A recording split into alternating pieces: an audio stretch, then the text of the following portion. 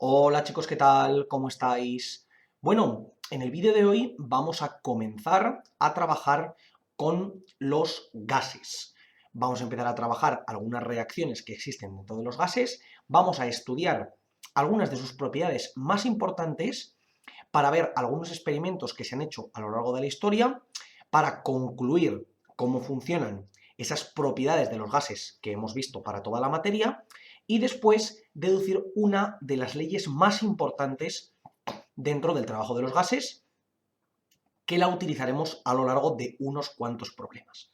Entonces, ¿a qué propiedades me estoy refiriendo? Me estoy refiriendo principalmente a la presión, la temperatura y el volumen. Presión, que la vamos a denotar como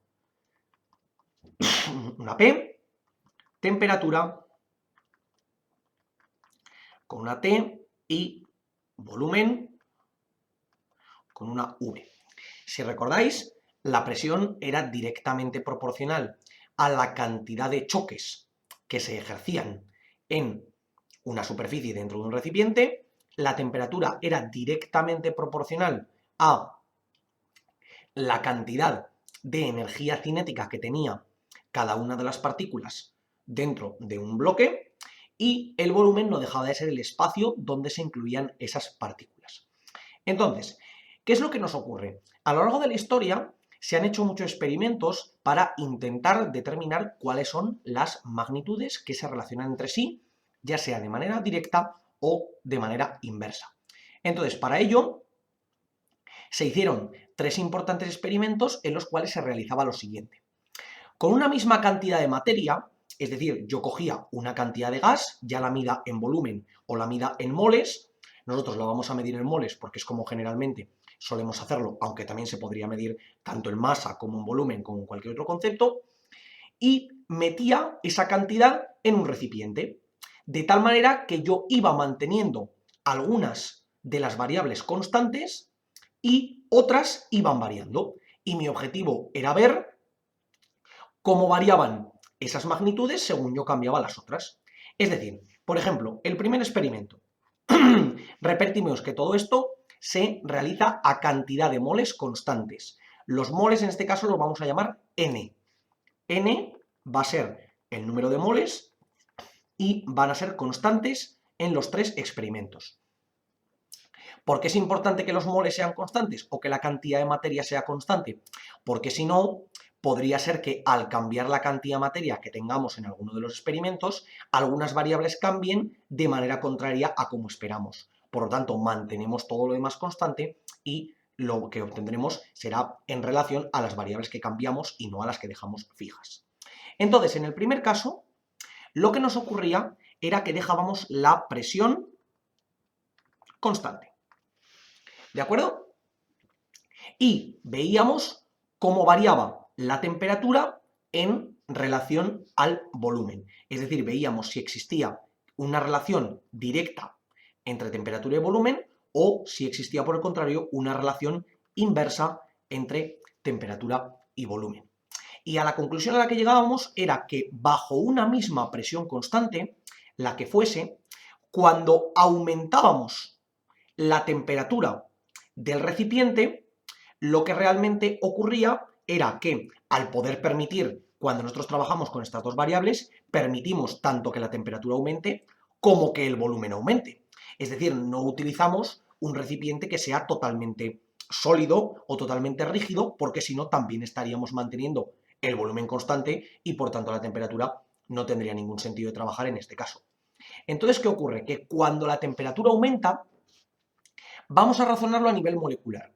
Cuando yo aumento la temperatura, lo que va a ocurrir es que las partículas se van a mover a mayor velocidad, porque si recordáis, la temperatura no dejaba de ser más que una relación directa con la velocidad de las partículas atómicas o moleculares.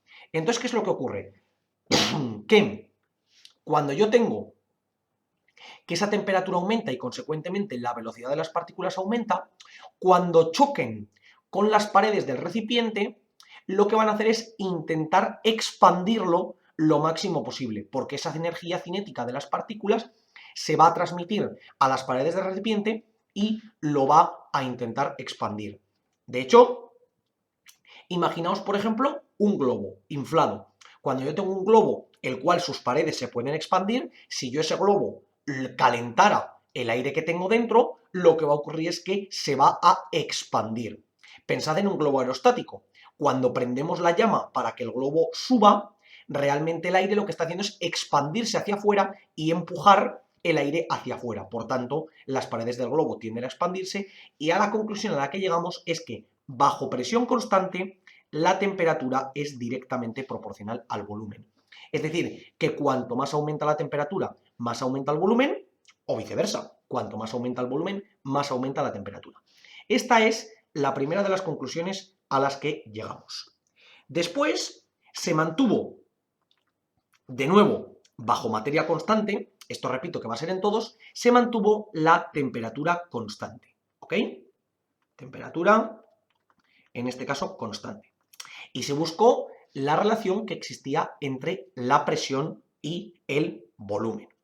Entonces, ¿qué es lo que ocurre? Si recordáis, nosotros veíamos que la presión no dejaba de ser más que la cantidad de veces que una partícula o que todas partículas en total chocaban contra las paredes de un recipiente.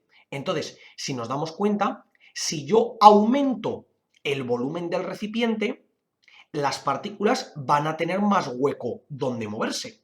Por lo tanto, de manera estadística durante un tiempo, van a chocar menos veces con la pared. ¿Por qué? Porque realmente van a tener mucho más espacio por donde transitar y lo que va a ocurrir es que se van a encontrar menos veces con las paredes. Y ocurrirá lo contrario.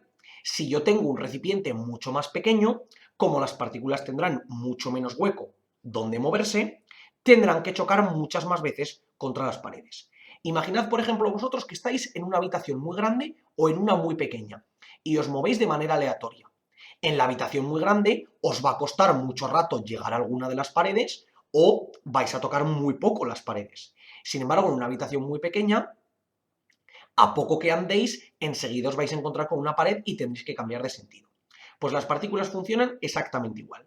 Es decir, que cuando yo reduzco el volumen del recipiente, las partículas chocan muchas veces con las paredes. Por tanto, aumenta la presión. Y cuando yo encuentro que el recipiente se vuelve más grande, las partículas van a chocar menos veces con las paredes. Por tanto, lo que nos va a ocurrir es que la presión va a ser inversamente proporcional al volumen. Es decir, que cuando una de ellas aumente, la otra va a disminuir. ¿De acuerdo? Y por último, se mantuvo, en este caso, el volumen constante. El volumen será constante. Y se volvió a hacer exactamente el mismo experimento. Se varió la temperatura o se cambió la presión y se tuvo en cuenta cómo aumentaba la presión o la temperatura. Entonces, por ejemplo, si aumentamos la temperatura, lo que estamos haciendo de nuevo es aumentar la energía cinética de las partículas, consecuentemente la estamos acelerando, es decir, estamos haciendo que se muevan más rápido. ¿Qué es lo que nos ocurre? Que en este caso, si las partículas se mueven más rápido dentro del mismo espacio, en términos estadísticos, van a llegar más rápido a encontrarse con una pared. O lo que es lo mismo, van a chocar durante el mismo tiempo con más paredes distintas. Entonces, ¿qué ocurre? Si chocan más veces con más paredes distintas, la presión va a aumentar. Porque recordamos que la presión era el número de choques que teníamos con las paredes. Y viceversa. Si yo reduzco la temperatura, reduzco la cantidad de velocidad que tienen esas partículas, les va a costar más tiempo llegar a la misma pared. Por tanto, si les cuesta más tiempo, si van más despacio, tendrán menos choques y por tanto tendrán menos presión. Entonces nos damos cuenta de que cuanto mayor es la presión, mayor es la temperatura y viceversa. Cuanto mayor es la temperatura, mayor es la presión y cuanto menor es la temperatura, menor es la presión. Por tanto, podemos ver que la temperatura es directamente proporcional a la presión. ¿Ok? Entonces, con estos tres experimentos, teniendo en cuenta la cantidad de materia fija, podemos ver que la temperatura es directamente proporcional al volumen, la presión es inversamente proporcional al volumen y la temperatura es directamente proporcional a la presión. ¿De acuerdo? Entonces podemos llegar a la siguiente conclusión. Sabemos que presión por volumen tendrá que ser igual a una constante por la temperatura. Y diréis, ¿y esto de dónde lo he sacado? Pues mirad, vamos a fijarlo. Primera conclusión, presión constante. Es decir, esto es una constante y esto es una constante. Cuanto más aumenta la temperatura, más tiene que aumentar el volumen.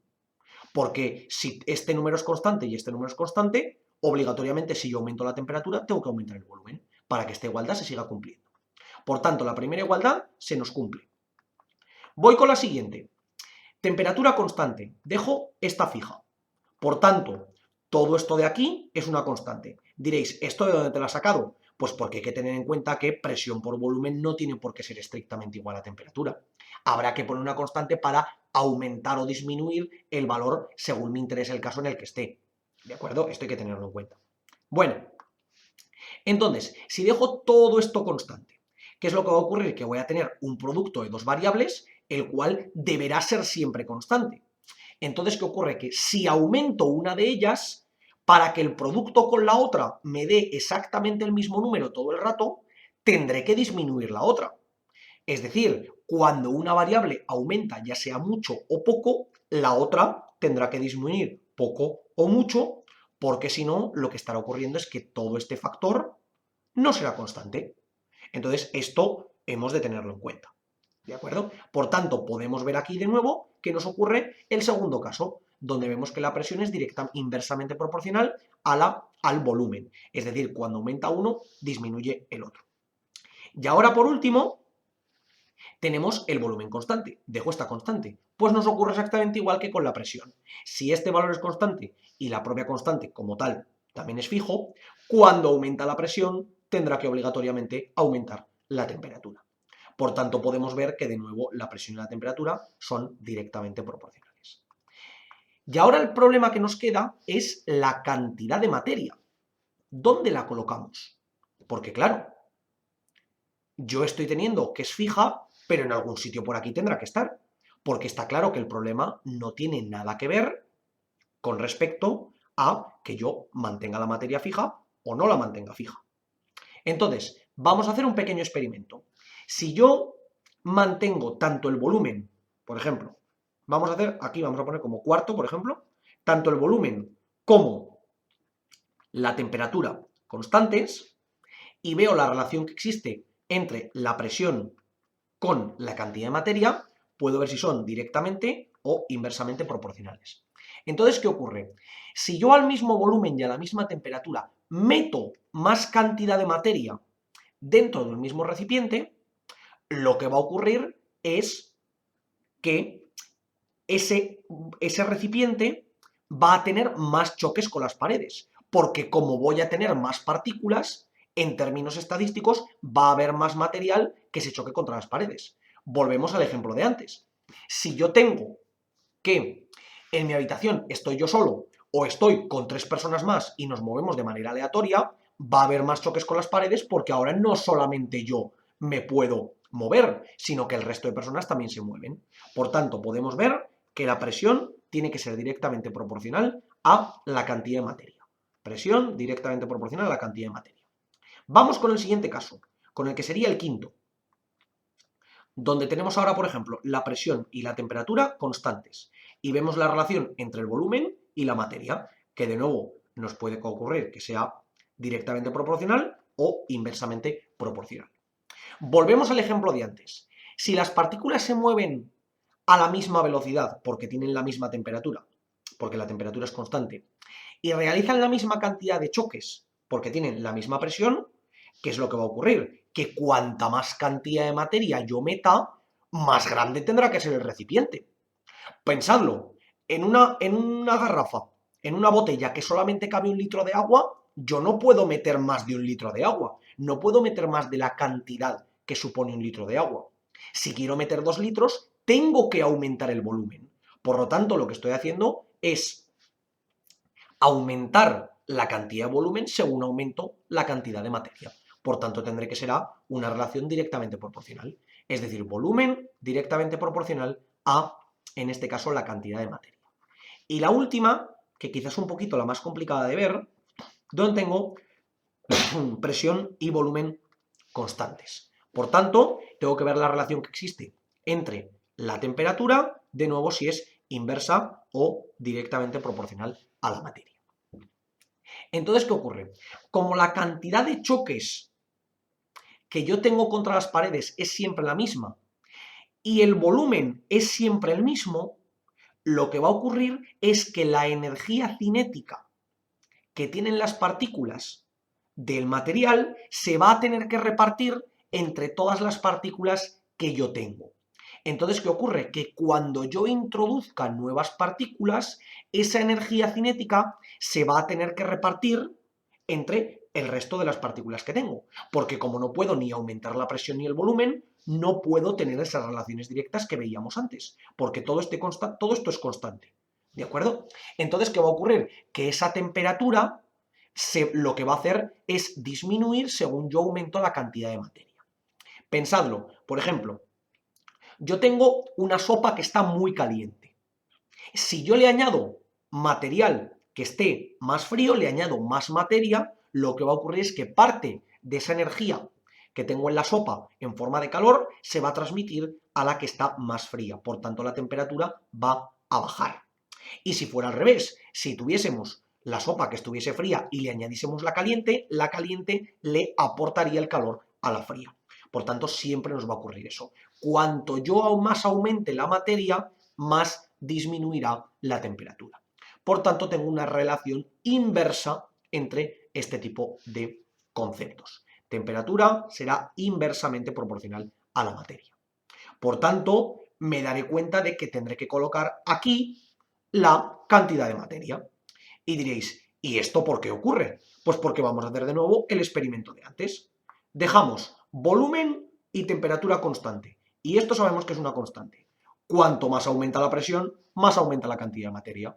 Por tanto, esta condición se nos cumple, directamente proporcional. Voy con el siguiente. Presión y temperatura constantes. Y la constante, lógicamente, constante. Cuanto más aumenta el volumen, más aumenta la cantidad de materia. Y viceversa. Por tanto, también se cumple.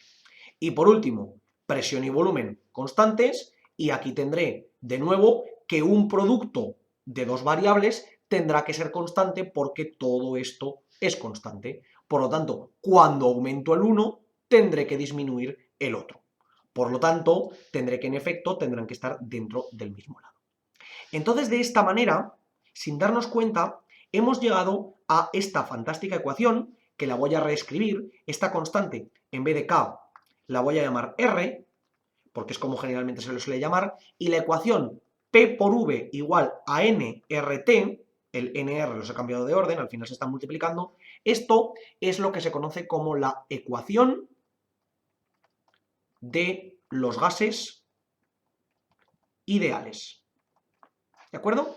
Es decir, suponiendo un comportamiento ideal para los gases, porque se puede estudiar, aunque esto ya es bastante más complicado, que no todos los gases en todas las condiciones se van a comportar de manera ideal, pero suponiendo que los gases se comportasen de esta manera, esta ecuación nos va a permitir siempre encontrar las variables que nosotros no podamos. Es decir, esto se debería cumplir teóricamente para absolutamente todos los gases que conozcamos. Es imprescindible que lo tengamos en cuenta.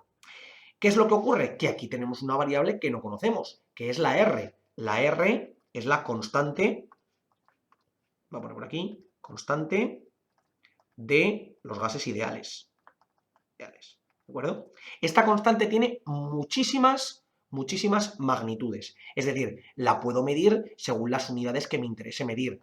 Porque de la misma manera que hemos llegado a esta ecuación de los gases ideales, tenemos alternativas que nos permiten tener otras ecuaciones para según qué problemas. Pero como esta va a ser la que más vamos a utilizar, R se medirá, si yo de esta ecuación despejo la R, tendré que R ser igual a P por V entre N por T.